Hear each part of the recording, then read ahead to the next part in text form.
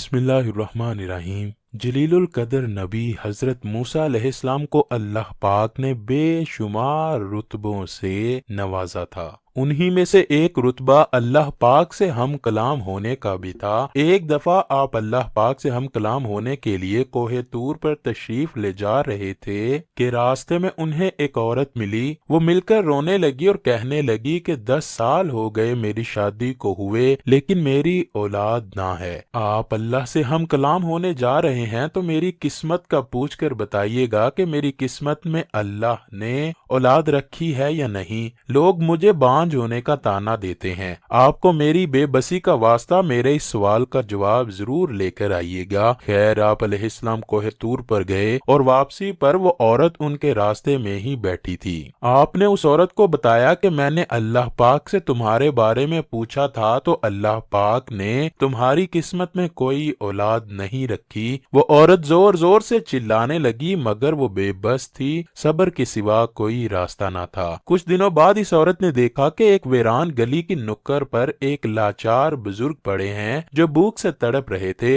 वो औरत उनके पास गई तो समझ गई कि ये बुजुर्ग बहुत दिनों से भूखे हैं। औरत अपने घर आई और 3 रोटियां बनाकर ले गई। बुजुर्ग ने 3 रोटियां देखी तो कहने लगे, तूने अल्लाह के बंदे को 3 रोटियां दी हैं, अल्लाह पाक तुझे 3 बेटे अता फरमाएगा। फिर ऐसा ही हुआ। कुछ दिनों बाद औरत हमल से हुई और उसने एक लड़के को जन्म दिया। फिर यके बाद दीगरे उसके 3 बेटे हुए। एक दिन उसी औरत का दोबारा हजरत मूसा अलैहिस्सलाम से सामना हुआ तो वह कहने लगी, ए अल्लाह के नबी, आपने कहा था कि मेरे यहाँ कोई औलाद ना होगी, जबकि अल्लाह ने मुझे 3 फर्जंद अता कर दिए हैं। हजरत मूसा अलैहिस्सलाम बहुत हैरान हुए कि ऐसा कैसे हो सकता है। वो कोहे तूर पर गए और अल्लाह पाक से सवाल किया, या अल्लाह, आपने तो फरमाया था कि इस औरत की कोई औलाद नहीं होगी, मगर इसके तो 3 बेटे हैं, मामला क्या है। अल्लाह पाक ने हजरत मूसा से कहा कि एक प्लेट और छुरी ले जाओ और मुझे किसी इंसान का गोश्त ला दो। इंसानी गोश्त लाने के बाद तुम्हें तुम्हारे सवाल का जवाब दूंगा।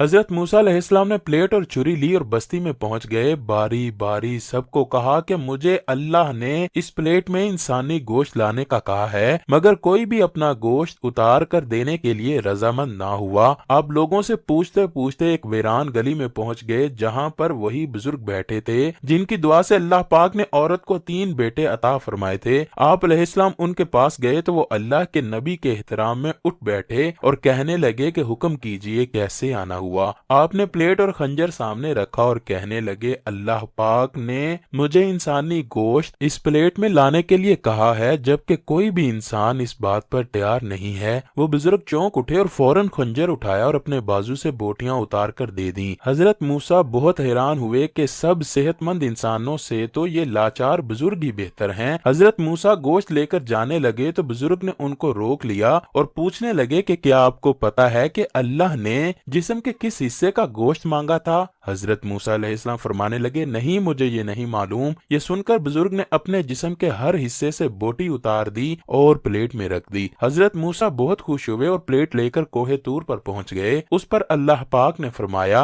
ए मूसा, तुम्हें पूरी बस्ती ने गोश्त देने से इनकार किया, जबकि मेरे एक बंदे ने अपने जिस्म के हर हिस्से से गोश्त की बोटी निकाल कर दे दी। हालांकि मैंने इंसान का गोश्त मांगा था जो कि तुम खुद भी दे सकते थे। तुम्हें तुम्हारे सवाल का जवाब अब मिल गया होगा। वो इंसान जिसने मेरे कहने पर अपना गोश्त तक दे दिया, मैंने भी उसी के कहने पर उस औरत को 3 बेटे अता किए। ए मूसा, अगर कोई मेरे कहने पे अपना सब कुछ लुटा देता है तो मैं भी उसके कहने पर अपना फैसला बदल देता हूँ। अल्लाह अकबर। अल्लाह करीम मेरे और आप सबके गुनाहों को माफ फरमाए और हमें नबी करीम सल्लल्लाहु अलैहि वसल्लम से बेपनाह मोहब्बत अता फरमाए।